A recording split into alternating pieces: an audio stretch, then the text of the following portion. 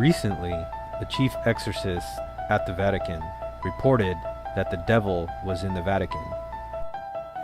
Morgan. Wolf, Reverend Gabriele Amorth made headlines around the world recently when he said the devil was present in the Vatican.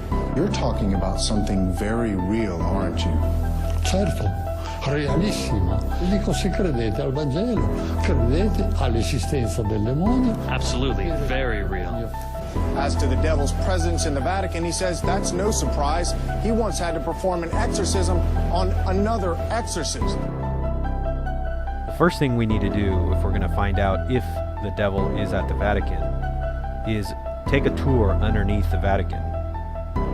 As we arrive underneath the Vatican, we see that it is laid out in a number of rooms marked by letters, as we could see in this aerial view map.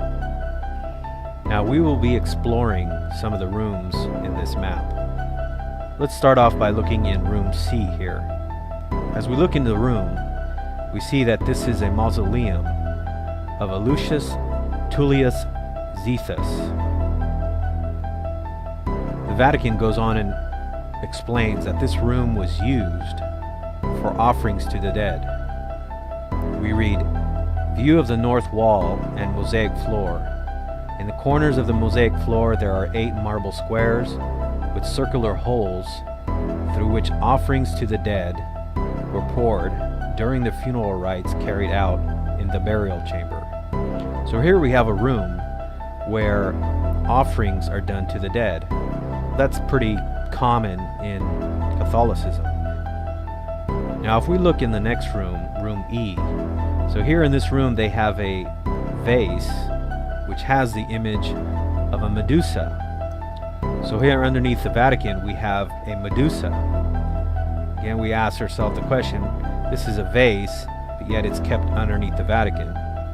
This could have easily been removed. If the Vatican was a holy church, you would think that they would have done this. You think underneath the Vatican they would have things that are sacred to Christ and not foreign gods, not idols and images of foreign gods. Now as we move down further to room H, here we see that this is a mausoleum that is one of the largest and most luxurious mausoleums underneath the Vatican of St. Peter's Basilica. It says that it was built at the beginning of the second half of the 2nd century during the reign of Emperor Marcus Aurelius and belonging to a freedman of the important Valeri family. And as we're in this mausoleum, we see that there's lots of idols from the old Roman Empire. We ask ourselves, why does Rome keep these idols down underneath St. Peter's Basilica? You would think if they were Christians, they would want to clean all this out. I can't imagine anybody who has a true church would keep idols in their churches, especially pagan idols left over from a bygone pagan era. But here we have the Vatican keeping many pagan idols underneath St. Peter's Basilica. Here is an idol the Vatican is displaying of a head of a child in gilded stucco and a lock of a hair typical of one initiated into the cult of Isis. And this particular idol is an idol of a boy who was initiated into the cult of Isis. If we look in this room, we see that some of the stucco decorating the walls. Here we have a personification of Oceanus. We remember the New Testament book of Revelation says that a beast comes out of the ocean. And so we say, why is the Vatican having these foreign gods underneath its basilica? Why is it protecting them? If it was a true church, it couldn't be doing it for the sake of art, especially with all the evil things that are happening in the Vatican. And as the priest earlier said, that evil does exist, the devil is real, as he admitted. But the hypocrisy of all of this is that they have all these evil images and idols underneath the Vatican of St. Peter's Basilica. We also see 2 figures of genuses with bat wings also portrayed on the walls. Again, this is supposed to be a holy church and a holy place. Now this is supposedly all there for many, many years.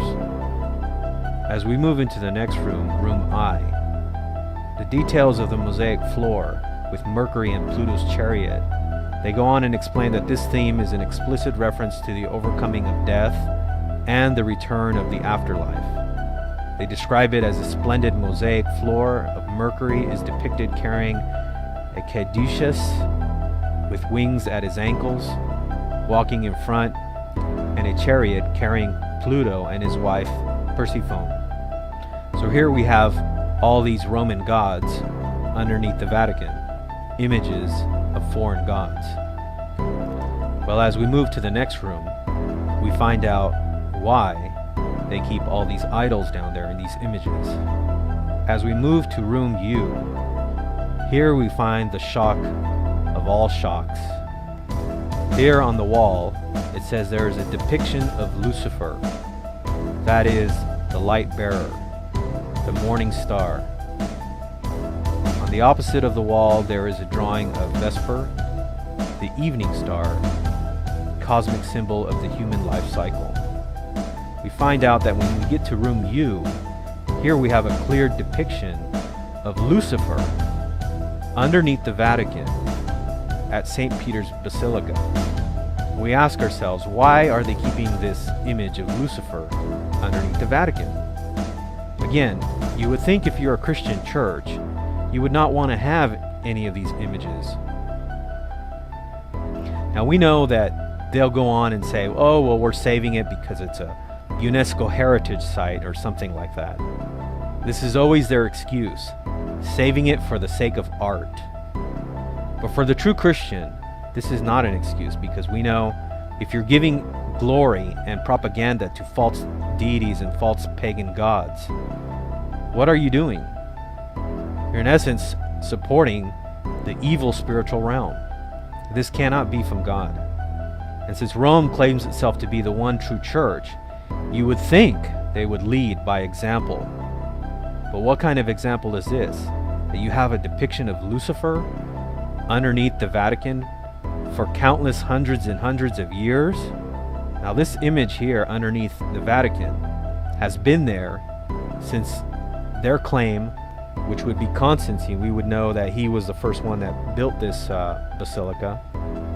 And so again we ask ourselves, why are they keeping this depiction of Lucifer underneath the Vatican? Well, we think the answer for why all these images, idols, are kept underneath the Vatican is because what we're dealing with here is we're dealing with an apostate church that has always been apostate, and even now as it is filled with Freemasons. And so we know that the reason why they're keeping all of this there now, and they're actually revealing this on their internet website, is because they want people to see this. They want people to see what they're really all about. For the masses who believe that Rome is still a pure church, they don't mind deceiving them into believing that they are still a Christian church.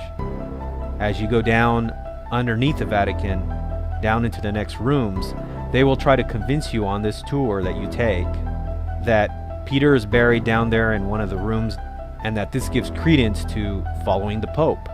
But we ask the question, why would you want to follow a Pope who has all these evil things underneath his church? It's very clear by this depiction of Lucifer that the devil is in the Vatican.